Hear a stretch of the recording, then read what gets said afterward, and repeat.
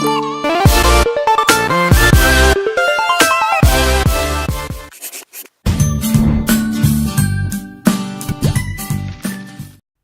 các bạn, hôm nay chúng ta sẽ quay trở lại bài 4 trong phần Next One để hướng dẫn học ở trung tâm Lash có tên là Hobbies, Daily English 889, Taking up a new hobby. Như thường lệ, Nay sẽ xin phép đọc mà đoạn hội thoại mẫu, sau đó sẽ đi vào lời giải thích. Chúng ta bắt đầu nha. Who were you talking to on the phone? My mother. I was commiserating with her about Dad's retirement. Your father retired 2 months ago. That was a good thing, right?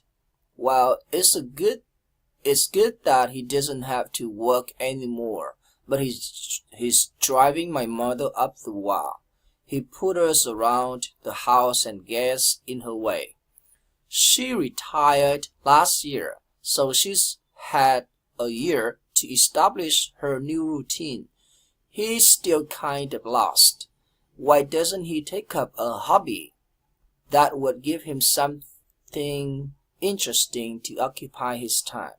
Believe me, my mother has tried to interest him in gardening, woodworking, and even scrapbooking, but nothing has worked. Those sound too sedentary for somebody as active as your father. How about encouraging him to take up bird watching or golf? He wouldn't be interested in those hobbies. I think he needs something more challenging, maybe playing chess or doing genealogy. Maybe he could even learn to play a musical instrument. Maybe your dad just needs time to find his footing again. Given time, he'll figure out what he wants to do with his newfound free time. Maybe, but what does my mother do in the meantime? She can take up a new hobby, too, out of the house.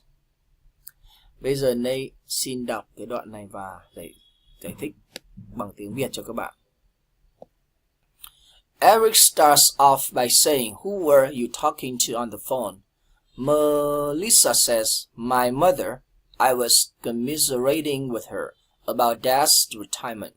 To commiserate, C-O-M-M-I-S-E-R-A-T-E, means to spend time talking with someone about his or her experience of sadness or problems. It's to give somebody sympathy, to say, oh yes, I understand, boy, that's really difficult. You are commiserating with them. Melissa was commiserating with her mother about her father's retirement. Retirement is the period of time, usually when you're older, when you stop working full-time and we hope relax a little. Eric khởi đầu bằng cách nói là who were you talking to on the phone?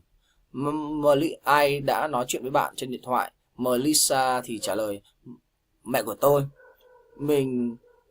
I was commiserating with her about Dad's retirement. To commiserate, C-O-M-M-I-S-E-R-A-T-E, có nghĩa là dành thời gian nói chuyện với ai đó về kinh nghiệm của anh ta hay cô ta về chuyện buồn hay là vấn đề. Ở đây nó gọi là giải bày. Commiserate, giải bày.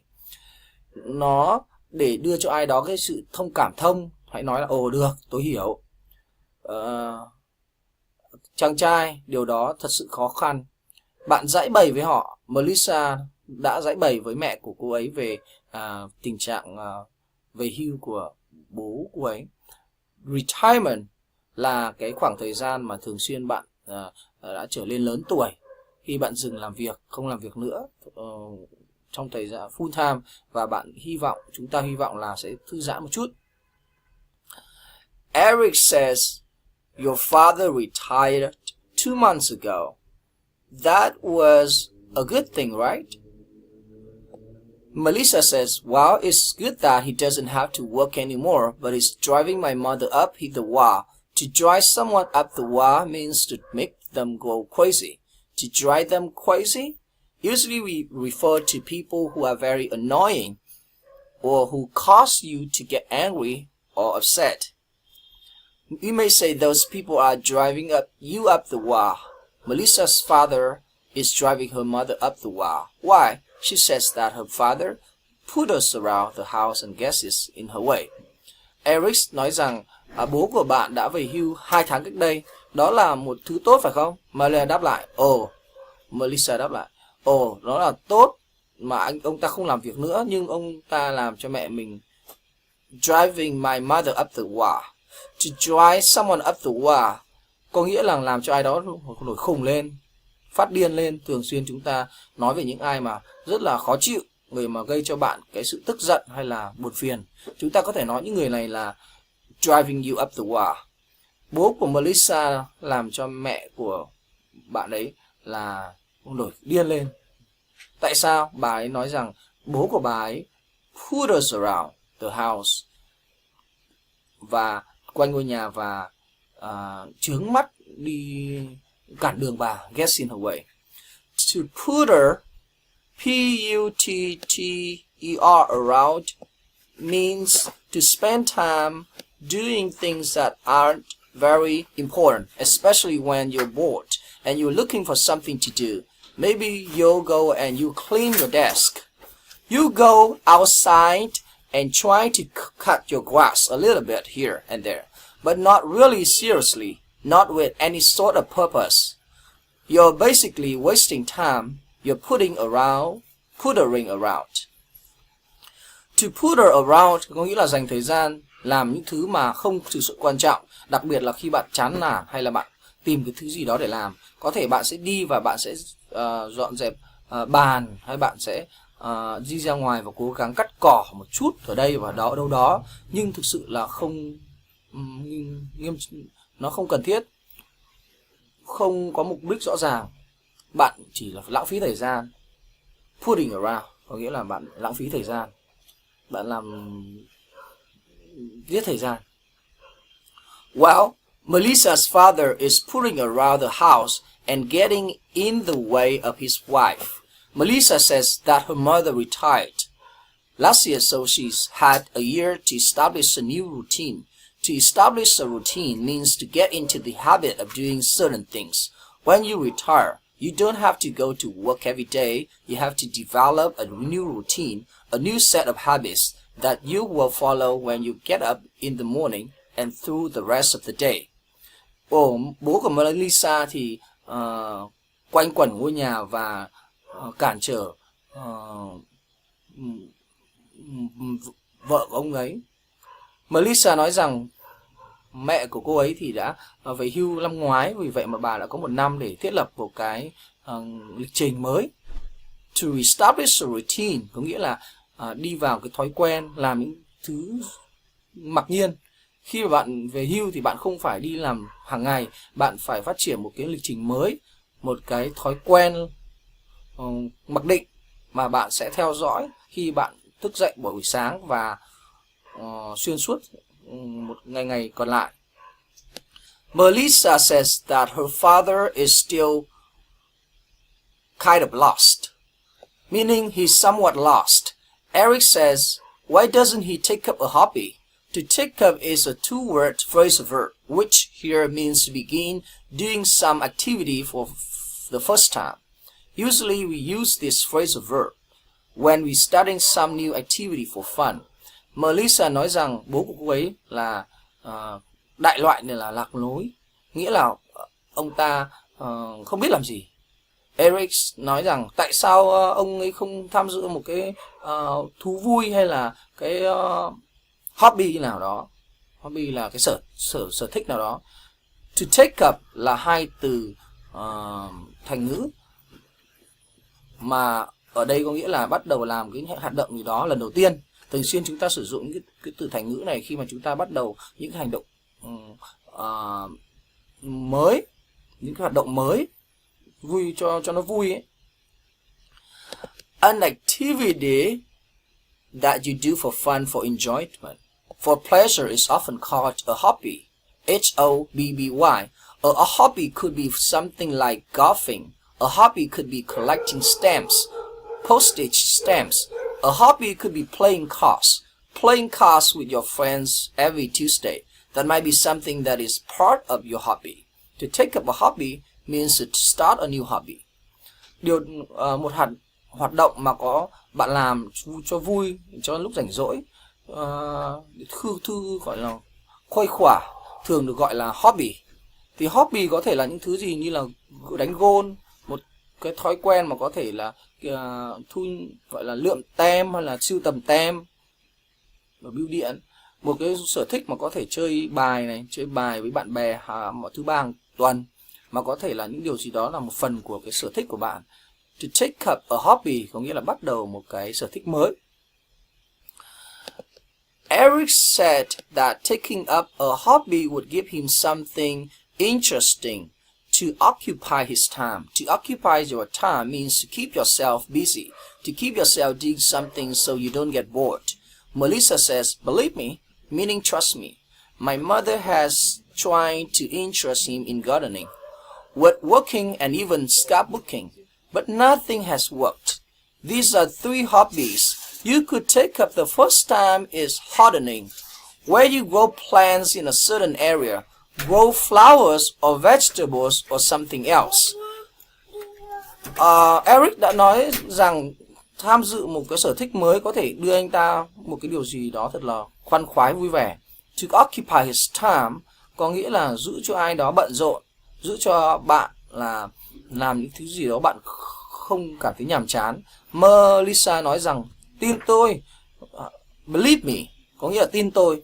My mother has tried to interest him in gardening, có nghĩa là mẹ của mình thì đã cố gắng cho ông ý tận hưởng thời gian vòng việc làm vườn hay là thợ mộc, mà ngay cả scrapbooking là vẽ sách, khắc, nhưng chẳng có gì có thể làm việc. Điều này là 3 cái thú vui bạn có thể tham gia. Điều đầu tiên đó là gardening, là làm vườn, khi mà bạn trồng cây ở những cái khu vực nào đó, trồng hoa hay là rau, củ quả hay thứ gì đó đại loại. Woodworking refers to building things out of wood. We might also call it, if it were an occupation, carpentry. To make things out of the wood is woodworking. Scrapbooking is creating informal books with photographs and other things to help you remember, usually a certain time in your life or certain important events in your life. That's called scrapbooking. Scrapbooking, woodworking có nghĩa là xây dựng những cái thứ đó bằng gỗ, có thể là gọi là nó, ví dụ như là nó là một cái nghề nghiệp nào đó thì ta gọi là carpentry, là nghề mộc, để làm những cái thứ bằng gỗ gọi là woodworking. Scrapbooking thì là tạo ra những cái quyển sách không chính thống, không với những cái bức ảnh và những thứ nào khác để tạo cho bạn nhớ về những cái thời gian trong cuộc sống hay là những cái sự kiện quan trọng nào đó trong cuộc sống, mà nó gọi là scrapbooking. Eric says that these hobbies that Melissa's mother has tried to interest her father in sound too sedentary for somebody as active as her father. He's talking about activities being sedentary. Sedentary, that means to be without a lot of physical activity, not very active, just sitting in a chair or on a couch. Eric says, how about encouraging him to take a bird watching or golf? Eric đã nói rằng có những sở thích này mà mẹ của Melissa vừa cố gắng để tiêu khiển bố của bà trong những cái từ, nó có từ là sedentary, ai đó mà bận rộn như là bố của bà ấy. Ông ấy nói về những hoạt động mà sedentary, S-E-D-E-N-T-R-Y, có nghĩa là không có nhiều hoạt động về thể chất, nó không có tích cực, nó không có năng động, chỉ ngồi ở một cái bàn hay là cái sofa. Eric nói rằng thế còn việc động viên khuyến khích ông ấy tham dự vào việc như là chơi chim, ngắm chim hay là đánh golf, đánh gôn. Bird watching is just a hobby where people go and look at birds, try to identify different kinds of birds. that are out in the world.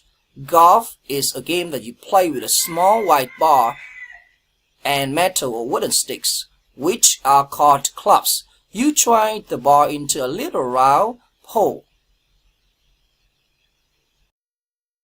Famous golfers would include people like Tiger Woods. That's the game he plays, golf. Ngắm chim là một cái sở thích mà người ta đi và ngắm những con chim mà cố gắng là nhận diện những cái loại các chim khác nhau trên thế giới. Golf là một cái môn thể thao, trò chơi mà bạn chơi với một cái quả bóng trắng nhỏ và gậy gỗ hoặc sắt mà gọi là clubs. Bạn cố gắng lấy những quả bóng vào những cái hố tròn nhỏ. Những cái cơ thủ golf nổi tiếng bao gồm những người mà như là Tiger Woods, mà ở Việt Nam tôi gọi là Tiger Wood đấy. Okay, Tiger Wood, ok. Đó là môn mà anh ta chơi môn golf. Melissa says he wouldn't be interested in those hobbies.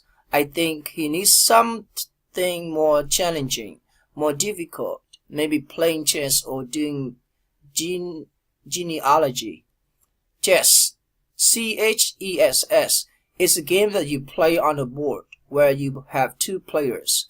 One player tries to move the chess pieces around in order to defeat the other player. The board usually has white and black squares, and each side of the board has these little pieces that you move around and try to capture the other person's pieces. That's chess. Genealogy, G-E-N-E-A-L-O-G-Y, is when you study your ancestors, when you figure out who your grandfather, your great-grandfather, your great-great-grandfather, your great-great-great-grandfather were. You try to figure out who all those people were. Melissa nói rằng anh ta không có, ông ấy không quan tâm đến những cái sở thích. Tôi nghĩ là ông ta cần thứ gì đó mà nó challenging, có nghĩa là thách thức hơn, khó khăn hơn, là có thể là chơi cờ hay là làm nghiên cứu về dòng tộc. Chess, C-H-E-S-S, là một môn mà bạn chơi ở trong cái bàn cờ, môn cờ mà chơi trong bàn mà bạn có hai đối thủ người chơi. Một người chơi cố gắng di chuyển những cái phần cờ quanh để mà đánh bại đối phương khác, người khác. Cái bàn cờ thường có màu trắng và ô trắng và đen, và thường mỗi cạnh thì nó có những cái phần nhỏ mà bạn có thể truy chuyển hay là cố gắng bắt giữ những cái quân của người khác.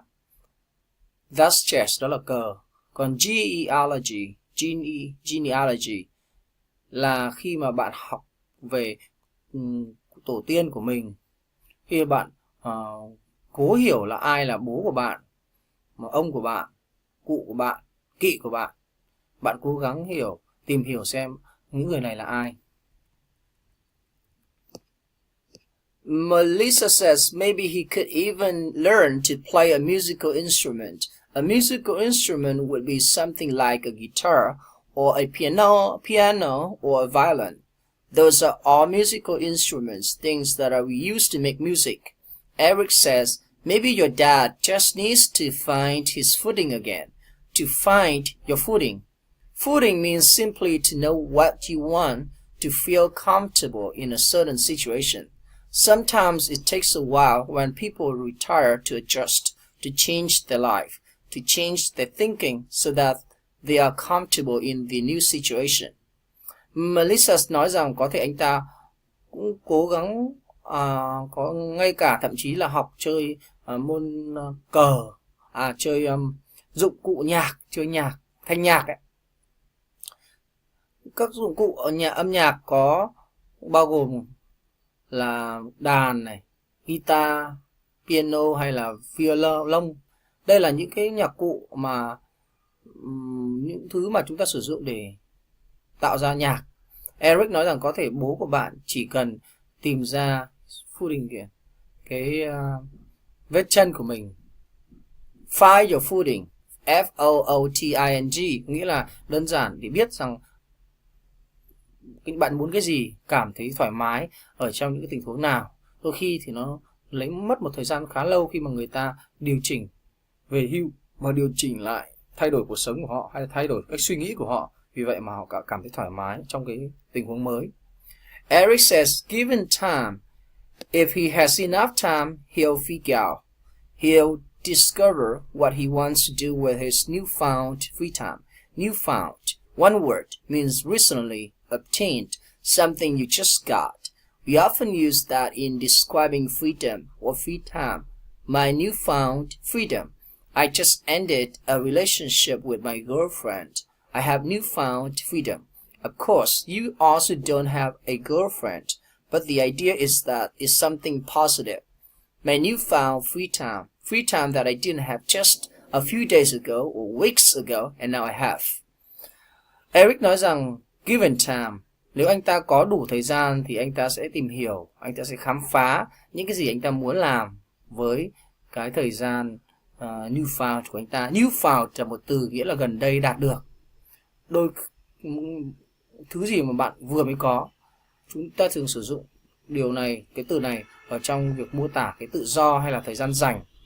Nghĩa là cái thời gian rảnh vừa được khám phá.